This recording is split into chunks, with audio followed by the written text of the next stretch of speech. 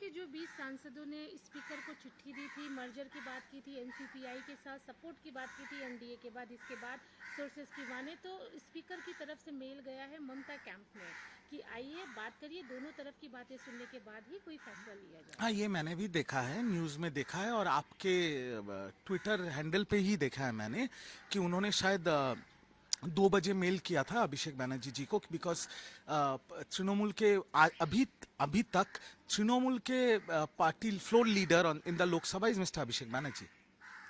तो अभी वो तो कल ईडी के इंटरोगेशन में थे, वो देखे हैं नहीं देखे हैं वो सब मुझे नहीं पता, बट जितना मुझे पता है कि speaker, honourable speaker of Lok Sabha, उन्होंने कहा है कि दोनों तरफ को हम बुलाएंगे और दोनों तरफ का बात करके फिर हम तय करेंगे।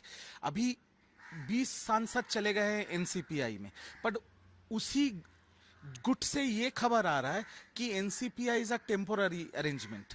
जब मॉनसून सेशन शुरू होगा पार्लियामेंट में, तब वो पार्लियामेंट में ये बात रखेंगे कि वही असली तृणमूल है। तो अभी ये पूरा चीज खिचड़ी हो गया है और ये आने वाले दिन में ये लोगों को लेके, पार्टी का बैंक बैलेंस को लेके ये पूरा मामला सुप्रीम कोर्ट तक जाएगा।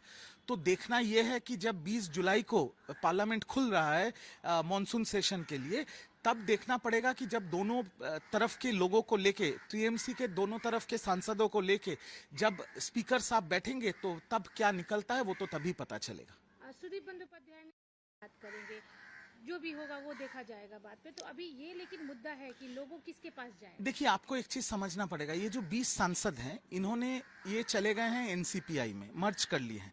अब जब आप एक दूसरे पार्टी में मर्ज करते हैं, जितना मुझे खबर है और जितना मुझे बात करके कुछ सीनियर लॉयर्स से पता चला है, अगर आप किसी और पार्टी में चले जाते हैं तो आपको लोगों से आपको कोई मतलब ही नहीं है। पर यह भी सुनने में आ रहा है कि जब पार्लियामेंट सेशन खुलेगा तब ये जो गुट है, जो बागी गुट है, जो अभी एनसीपीआई में गए हैं, ये लोग पार्लियामेंट के फ्लोर पे स्पीकर साहब के सामने ये प्रस्ताव रखेंगे कि हम असली तृणमूल कांग्रेस है। अब स्पीकर साहब तय करेंगे। और रहा बात विधानसभा का, विधानसभा में जो 64-65 विधायक तृणमूल को छोड़ के बागी बने हैं, इन लोगों ने बोल दिया कि ये एनसीपीआई के साथ नहीं जा रहे हैं। तो फिर से मैं वही बोल रहा हूं कि ये पूरा बहुत कॉम्प्लिकेटेड कानूनी एक चीज हो चुका है और पूरा खिचड़ी हो चुका है। आने वाले दिन में लोकसभा के स्पीकर वो क्या बोलते हैं, वो क्या सिद्धांत पे आते हैं, और ये पूरा मामला, मैं आपको गारंटी के साथ बोल रहा हूं, ये पूरा मामला सुप्रीम कोर्ट में जाएगा और चलेगा सालों साल। पर इसमें फायदा भारतीय जनता पार्टी और एनडीए का है, क्योंकि ना इनको सांसदों को अपनी पार्टी में शामिल करने की जरूरत है और एनडीए को सपोर्ट भी मिल रहा है, क्योंकि भाजपा का टारगेट है 362 सीट, एनडीए का टारगेट है 362 सीट, क्योंकि बहुत महत्वपूर्ण बिल अभी आने वाले हैं पार्लियामेंट में, देश के हित में, देश के जनता के हित में, और वो पास कराना है। तो उसके लिए टारगेट है 362। तो भाजपा के लिए और एनडीए के लिए ये विन विन सिचुएशन है। और बाकी तृणमूल कांग्रेस के अंदर जो दो गुट बन चुके हैं, संसद में हो या विधानसभा में हो, ये सब मामला पूरा खिचड़ी हो चुका है, ये सब जाएगा कोर्ट तक। अभी बात करें अगर एनसीपीआई की तरफ से, जो भी इनके देख रहे हैं, उनको तो पहले ये पता ही नहीं था कि इस तरह का कुछ है।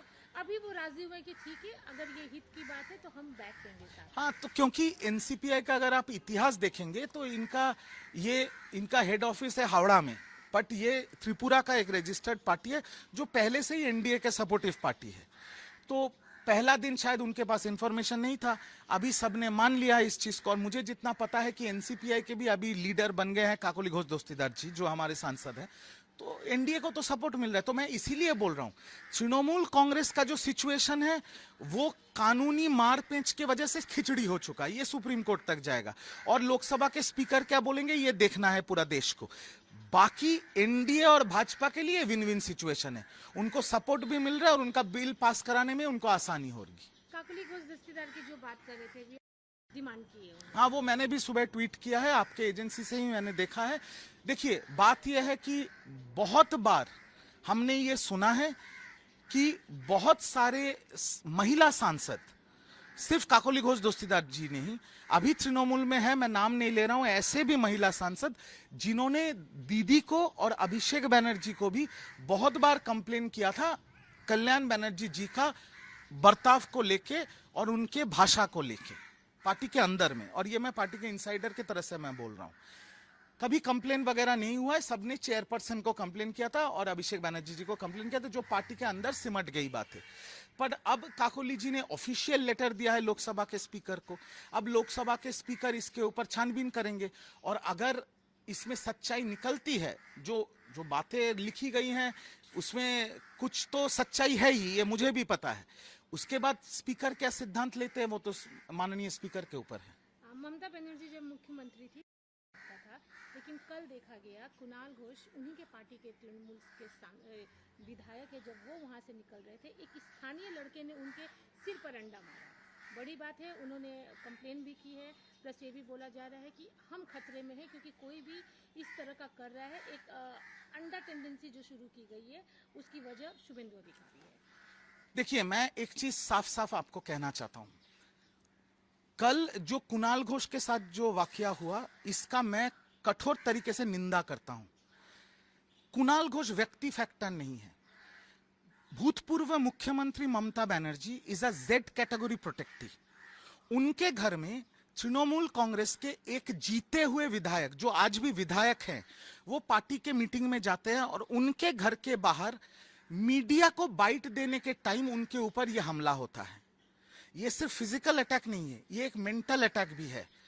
मैं ये मानता हूं कि बंगाल के मुख्यमंत्री शुभेंदु अधिकारी और बंगाल के भाजपा के जो अध्यक्ष हैं समीक भट्टाचार्य इसका समर्थन नहीं करते हैं, पर ये जो ट्रेंड चालू हुआ है ये बहुत गलत चीज है, क्योंकि ये जो प्रेसिडेंट सेट हो रहा है ना, यहां पर एक फ्रैंकेनस्टाइन तैयार हो रहा है।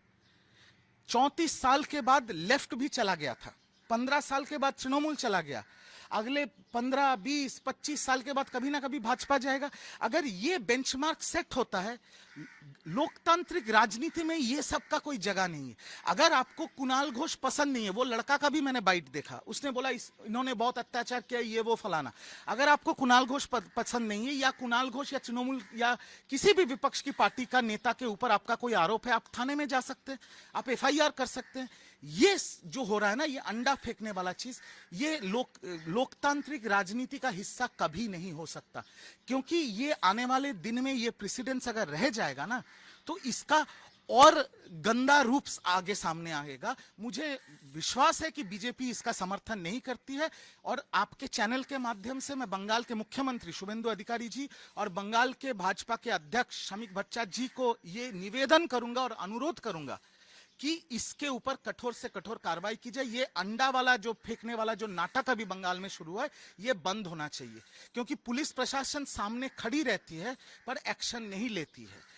इसके ऊपर कठोर से व्यवस्था होनी चाहिए। कल एक चीज देखा गया, मुख्यमंत्री पहली बार कॉर्पोरेट जो एक्स चेयरपर्सन माला रॉय जो थी, सब बहुत ही अच्छे तरीके से एक वार्म वेलकम कर रही थी सब शुभेंदु अधिकारी का। उसमें काजोरी भी थी जो कि ममता बनर्जी की भाभी हैं, अनन्या भी थी जो कि बहुत ही करीबी हमेशा से ही अरूप विश्वास या फिराद हकीम की मानी जाती हैं। सारे लोगों का जो जेस्चर दिखाई दे रहा था शुभेंदु अधिकारी के सामने, वो थोड़ा अजीब लग रहा था। देखिए, इसका दो जवाब है। पहला जवाब यह है कि बंगाल के माननीय मुख्यमंत्री शुभेंदु अधिकारी जी ब्रेकनेक स्पीड से काम कर रहे हैं।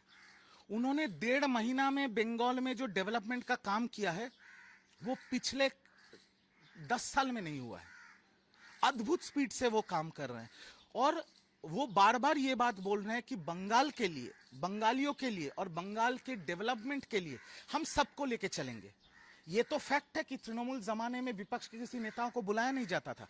बंगाल के नए मुख्यमंत्री शुभेंदु अधिकारी जी तो सबको बुला रहे हैं, और वो यही बोल रहे हैं कि बंगाल के स्वार्थ में, बंगाल के भले के लिए हम सबको लेके चलेंगे।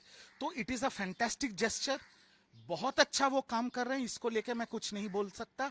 अद्भुत काम कर रहे हैं और मैं सैल्यूट करता हूं उनको इसके लिए। बाकी आपने जो पूछा तृणमूल कांग्रेस के काउंसिलर लोगों का जो हाव भाव था, तो चार्ल्स डार्विन का एक इवोल्यूशन का थ्योरी है, सर्वाइवल ऑफ फिटेस्ट। इनके लिए अभी सर्वाइवल का सवाल है। अब समझिए चीज को, इनके लिए अभी सर्वाइवल का सवाल है। और मैं काजोरी जी का एक चीज देख के मैं बहुत हैरान हो गया। मैं आपके चैनल में किसी और चैनल का नाम नहीं लूंगा, एक लोकल पोर्टल ने उनसे पूछा कि आप किस पार्टी के काउंसिलर है, वो किस पार्टी के काउंसिलर है, ये बोलने में उनको शर्म आ रहा है। ये देख के मुझे थोड़ा अद्भुत लगा। एक और चीज है, फिरहाद हकीम ने भी शुभेंदु करेक्ट मुख्यमंत्री के साथ है। करेक्ट, ठीक है, सही बात है। तो यही तो होना चाहिए। तृणमूल कांग्रेस में एक कल्चर आ गया था कि जो सौजन्य का राजनीति होता है ना, वो खत्म हो गया था। मतलब हम तृणमूल कर रहे हैं तो व्यक्ति, बीजेपी का कोई नेता अगर उसके साथ मेरा व्यक्तिगत रिश्ता अच्छा है, फिर भी मैं पब्लिक उससे बात नहीं कर सकता क्योंकि तृणमूल पार्टी मेरे ऊपर एक्शन ले लेगी। ये कभी नहीं हो सकता। लोकतांत्रिक राजनीति में मतभेद रहेगा। आपका पार्टी का जो पॉलिसी है वो मुझे अच्छा नहीं भी लग सकता है, बट व्यक्तिगत रिश्ता होना चाहिए। और जब बंगाल के मुख्यमंत्री शुभेंदु अधिकारी बंगाल के लिए, बंगाल की भलाई के लिए सबको लेके चलना चाह रहे हैं, तो उनके साथ सबको शामिल होना ही तो पड़ेगा। ये तो बंगाल के लिए, और ये तो अच्छी बात है, इसमें कैसे नेगेटिव हो सकता है। तो फिराद हकीम ने जो बोला ये सही है। जो तृणमूल जमाने में होता कि तृणमूल कर रहे हो तो बीजेपी का काउंसिलर अगर होगा, पकड़ लीजिए सजल घोष बीजेपी का काउंसिलर है, मीना देवी पुरोहित बीजेपी का काउंसिलर है, वो कुछ भला काम भी करेंगे तो उनको साइड कर देना होगा। ये कल्चर गलत था। अभी जो कल्चर हो रहा है ये सही कल्चर है और बंगाल के हित में, बंगाल के स्वार्थ के लिए ये अच्छा हो रहा है। तो अच्छे काम में सबको शामिल होना चाहिए और इसमें जो फिराद हकीम ने बोला है ये कुछ गलत नहीं बोला है। एंड मैं भी ये बोल रहा हूं, for Bengal, for the development of Bengal, for the betterment of Bengal and its people, मैं एक बंगाल के नागरिक जिनका जन्मभूमि बंगाल है, मैं भी 100% बंगाल के मुख्यमंत्री के साथ हूं। विधानसभा की बात कर संख्या है वो 64 से 65 हो गई है। कल एक और विधायक ने आके सिग्नेचर कर दिया उनके समर्थन में। नहीं तो अभी पता नहीं चला कि वो है कौन, खुलकर नाम अभी तक नहीं आया। नहीं, वो तो देखिए खुल के अभी नाम इसलिए नहीं आ रहा है सामने क्योंकि पहले 58 जो विधायक थे उन्होंने ऑफिशियल लेटर दिया। अभी जो भी साइन करेंगे उनको इंडिविजुअल लेटर देना पड़ेगा स्पीकर महोदय को विधानसभा में। तो इस जगह पे ऋतुव्रत दा बोल रहे हैं कि अभी 65 है।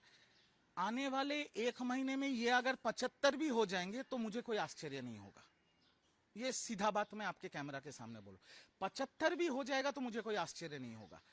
क्योंकि ममता दीदी के लिए सबके दिल में इज्जत है, ममता दीदी के लिए सबके दिल में सम्मान है, पर ममता दीदी को बुआ से दीदी बनना पड़ेगा। जब तक वो बुआ रहेंगे और भतीजे के प्यार में उनका आंख बंद रहेगा, तब तक मेरा बहुत तृणमूल के वरिष्ठ नेताओं के साथ बात हुआ है, तब तक कोई तृणमूल नहीं करेगा, तृणमूल के साथ नहीं रहेगा। जिस पहले दीदी बुआ से वापस दीदी बन जाए, बहुत लोगों का समर्थन उनके साथ रहेगा।